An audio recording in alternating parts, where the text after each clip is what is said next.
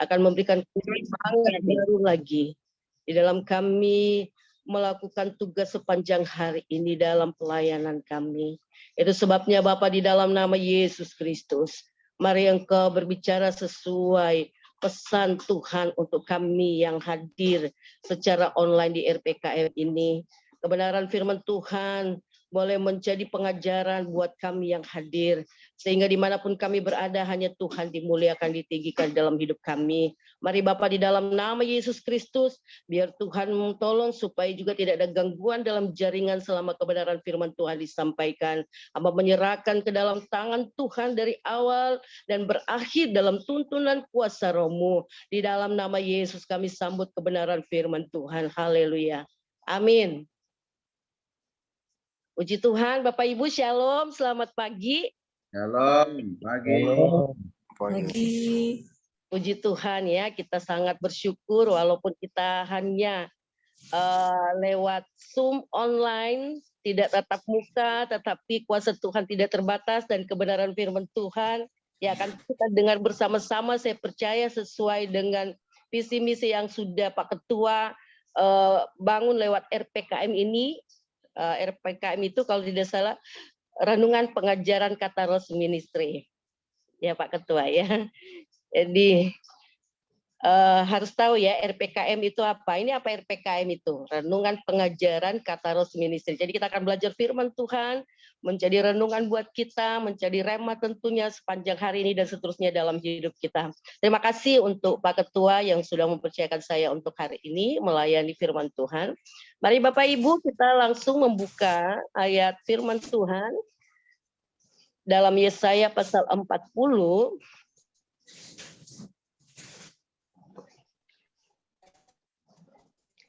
Ya, Yesaya pasal 40.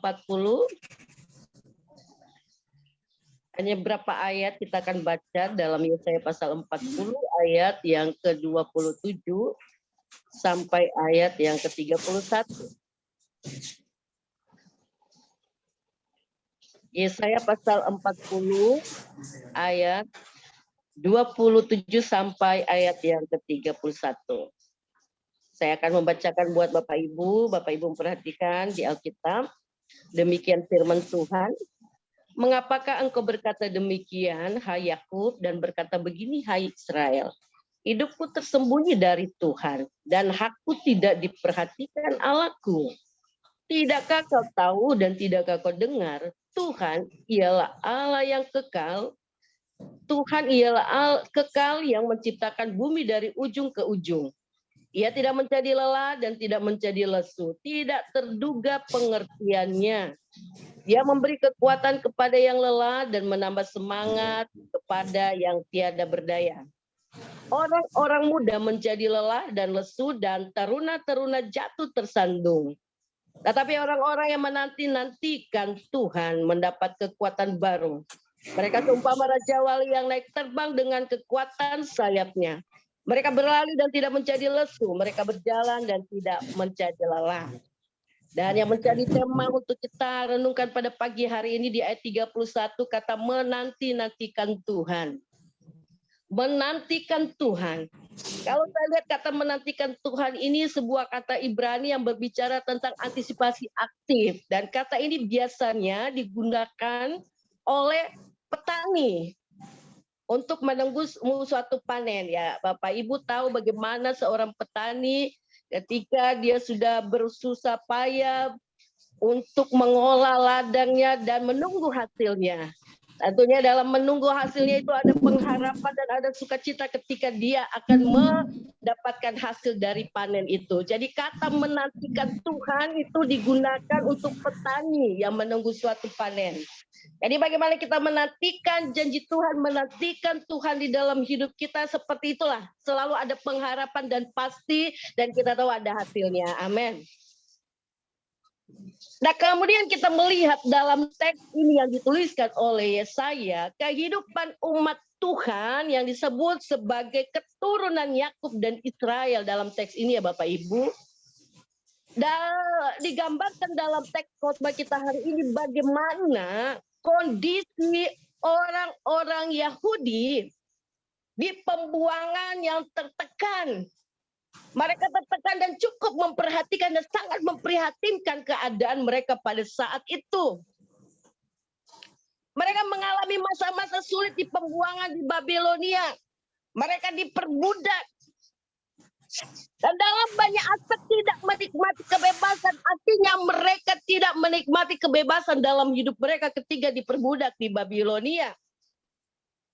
Itu sebabnya di satu sisi, keturunan Yakub ini yang ada di Babel pada saat itu sangat membutuhkan penghiburan dan kepastian dan tentunya motivasi. Keturunan Yakub dan Israel pada saat itu mereka sangat merasa putus asa, mereka kecewa. Karena kenapa? Mereka berhadapan langsung dengan siksaan atau godaan. Tapi kalau Bapak Ibu baca dalam teks ini, ada sisa-sisa bangsa Yahudi yang pada saat itu di Babel, dibuang di tanah Babel itu, mereka membutuhkan harapan dan penghiburan. Tetapi di sisi lain kita lihat dalam teks ini, karena mereka tertekan dan beban hidup yang mereka alami pada saat itu, seperti saya katakan di atas tadi, di pembuangan, sehingga mereka mulai rasa putus asa. Mulai ragu. Mereka mulai ragu akan kekuasaan Tuhan. Mereka merasa seolah-olah Tuhan tidak tahu situasi kesulitan mereka pada saat itu. Bapak Ibu bisa baca, lihat di ayat 27 ke atas. Khususnya kalau di ayat 27 kita baca di sana. Dikatakan di sana merupakan suatu ungkapan kekecewaan bangsa Israel. Maka apa engkau berkata demikian, hai Yakub, dan berkata begini, hai Israel, hidupku tersembunyi dari Tuhan dan hakku tidak diperhatikan Allahku. Ini karena mengalami kekecewaan, Bapak Ibu. Itu kondisi mereka pada saat itu yang dicatat oleh Yesaya. Tetapi pada pagi hari ini ada 3 kebenaran yang bisa menjadi renungan firman Tuhan untuk kita sama-sama renungkan dalam hidup kita. Mengungkapkan, Yesaya mengungkapkan dalam teks ini bagaimana kebenaran tentang Tuhan, kebenaran hakiki dari Tuhan, kebenaran yang berbeda yang dianggap oleh umat Tuhan pada saat itu yang mengalami tekanan. Yang pertama, kalau kita lihat dalam pembacaan tadi, teks yang kita sudah baca bahwa kebenaran Tuhan dalam ayat ini, Tuhan kita adalah Tuhan yang tahu kondisi umatnya. Tuhan tahu akan kondisi umatnya. Ayat 27, 28 sangat jelas di sana. Khususnya ayat 27, tidakkah kau tahu? Dan tidakkah kau dengar Tuhan ialah Allah yang kekal, yang menciptakan bumi dari ujung ke ujung. Ia tidak menjadi lelah dan tidak menjadi lesu. Tidak terduga pengertiannya. Suatu pembacaan firman Tuhan di ayat teks ini mengungkapkan kebenaran bahwa Tuhan selalu peduli kepada umat Tuhan, khususnya Israel pada saat itu. Tuhan tahu kondisi umat Tuhan pada saat itu. Apa yang menimpa mereka di pembuangan di Babel, tetapi ini yang Tuhan mau ajarkan kepada kita. Dalam kondisi situasi apapun, kita tidak perlu kecewa menghadapi karena kita tahu Tuhan tahu kondisi hidup kita. Amin, Bapak Ibu. Amin. Tuhan tahu kondisi umat Israel pada saat itu semakin berkurang menghadapi kesulitan di dalam pembuangan. Tetapi percaya Tuhan kita tahu kapan dan bagaimana tepatnya menolong. Karena Tuhan tidak pernah terlambat untuk menolong kita. Waktu Tuhan bukan waktu kita ketika Dia mau menolong. Tuhan tahu bagaimana cara tepat menolong orang-orang yang hatinya mulai sedih, mulai putus asa, mulai gelisah, mulai apalagi galau. Khususnya kondisi di pembuangan di Babel pada saat itu. Tuhan tahu situasi umatnya. Jadi Dia tidak melupakan umat Israel sedetik pun. Walaupun Israel menganggap di ayat 27 tadi memberi kesan seolah hidup mereka tertindas di pembuangan tidak diketahui oleh Tuhan. Seolah-olah Tuhan tidak peduli atas hidup mereka. Tapi kita baca dalam teks firman Tuhan tadi. Bangsa Israel mengalami situasi perasaan seperti itu karena kondisi mereka yang goncang. Karena saat itu mereka mengalami tekanan.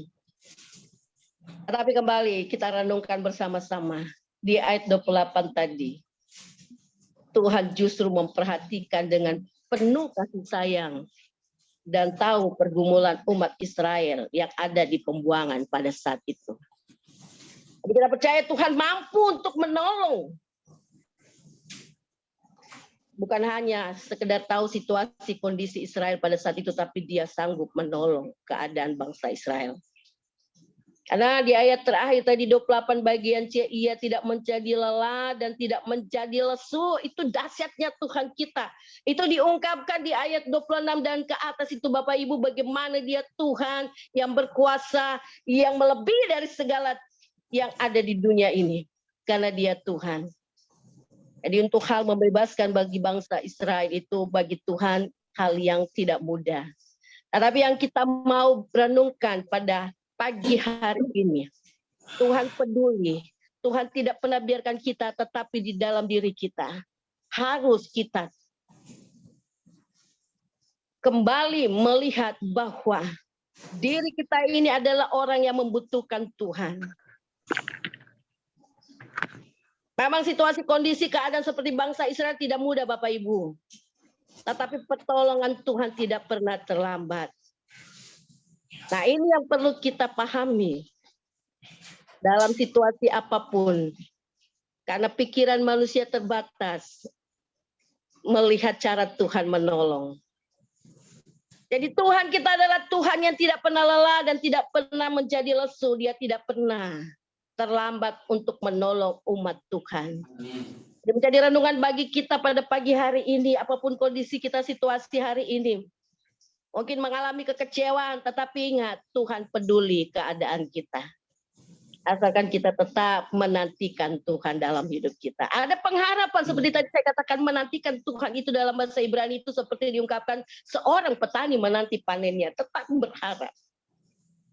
Yang kedua yang bisa kita renungkan bersama-sama, yang menjadi pengajaran buat kita, untuk renungan pagi hari ini di ayat 29, kebenaran yang kedua Bapak Ibu dikatakan dia memberi kekuatan kepada yang lelah dan menambah semangat kepada yang tiada berdaya. Orang-orang muda menjadi lelah lesu dan teruna-teruna jatuh tersandung. Yang saya lihat di ayat 29, 30 kebenaran yang kedua, ketika kita menantikan Tuhan, Tuhan hadir bagi umatnya. Amin. Amin. Tuhan hadir bagi umatnya karena dia Allah Maha hadir. Di ayat 9 yang dimaksud di ayat ini, dia memberi kekuatan kepada yang lelah dan menambah semangat kepada yang tiada berdaya. Jadi kalau kita lihat tanda kehadiran Tuhan adalah memberi kekuatan dan semangat bagi kita yang mungkin sudah merasa tidak berdaya. Karena ada tekanan dalam hidup kita. Tetapi Tuhan justru hadir. Membarui kekuatan orang-orang yang setia menantikan Tuhan. Nah, dalam pembacaan teks ini Bapak Ibu Saudara yang kasih dalam Tuhan. Informasi tentang pembebasan orang-orang Yahudi untuk kembali ke tanah mereka. Tentu saja merupakan suatu informasi sukacita Bapak Ibu. Tetapi perjalanan pulang mereka dari Babilonia ke Yerusalem itu cukup jauh, cukup melelahkan jaraknya. Itu sebabnya kalau kita lihat Tuhan memastikan kepada mereka bahwa dia tidak pernah memberikan kekuatan dan semangat baru bagi umat, tetapi dia Tuhan memastikan bahwa dia memberikan kekuatan dan semangat kepada umatnya. Jadi Tuhan hadir. Kita ingat peristiwa bangsa Israel keluar dari Mesir, mau menuju ke tanah Kanaan, kehadiran Tuhan ditandai dengan tiang awan dan tiang api. Amin. Jadi Tuhan hadir, kehadiran Tuhan itu sangat jelas, menambah kekuatan, memberi kekuatan kepada yang lelah, menambah semangat kepada yang tiada berdaya. Dia memberikan kekuatan kepada umat Israel ketika mereka mengadakan perjalanan dari Babel ke Yerusalem. Selama kita ada di dunia ini, perjalanan hidup kita sampai Tuhan menjemput kita dan sampai Tuhan datang kedua kali tidak mudah, Bapak Ibu. Menantikan Tuhan, ada proses di sana. Nah, 2 ayat terakhir yang kita baca di ayat 30 menegaskan bahwa orang-orang muda, kalau kita lihat ayat 30, menjadi lelah dan lesu. Terlalu jatuh. Tetapi kita percaya orang-orang yang menantikan Tuhan dikatakan mendapat apa? Kekuatan baru. Wah, luar biasa Bapak Ibu. Kehadiran Tuhan ketika kita menantikan pertolongan Tuhan, ketika kita mulai agak merasa lelah, Tuhan kasih kekuatan. Mendapat kekuatan baru. Intinya firman Tuhan pagi hari ini, kita percaya Tuhan selalu hadir di dalam hidup kita dan dimanapun berada. Jadi hal yang kedua yang bisa kita pelajari bahwa Tuhan hadir di saat kita tidak berdaya. Dan kehadiran Tuhan memberi kekuatan kepada kita untuk menghadapi situasi dalam hidup kita yang membuat kita mungkin merasa lelah. Tetapi Tuhan memberikan semangat. Dan yang terakhir Bapak Ibu sudah yang kasih dalam Tuhan. Ya, hari ini namanya renungan, saya tidak akan panjang Bapak Ibu. Intinya yang pertama, orang yang menantikan Tuhan, dia tahu bahwa Tuhan selalu peduli dalam hidupnya. Jadi penantian kita kepada Tuhan dalam menolong tidak akan sia-sia. Karena kita tahu Tuhan tepat waktu menolong. Yang kedua tadi, orang yang menantikan Tuhan, dia tahu bahwa Tuhan selalu hadir di saat susah, di saat senang, di saat situasi apapun. Dan yang ketiga ayat terakhir, tetapi orang-orang yang menantikan Tuhan mendapat kekuatan baru. Mereka seumpama Raja Wali yang naik terbang dengan kekuatan sayapnya. Mereka berlari dan tidak menjadi lesu. Mereka berjalan dan tidak menjadi lelah. Jadi kebenaran ketiga menantikan Tuhan mendapatkan kekuatan baru. Diumpamakan seumpama Raja Wali yang naik terbang tinggi. Kalau kita baca ayat ini, mengapa Tuhan seringkali mengibaratkan atau firman Tuhan orang percaya dengan burung Raja Wali? Ada banyak sekali keistimewaan dari burung Raja Wali, Bapak Ibu. Yang saya baca dalam Alkitab, bahwa burung Raja Wali itu adalah ciptaan Tuhan yang sangat indah. Alkitab menuliskan mengenai burung Raja Wali ada 38 kali. Dalam Alkitab, ya. Nah, seekor Raja Wali dewasa memiliki tinggi badan 90 cm, ya lumayan tinggi Bapak Ibu, hampir 1 meter.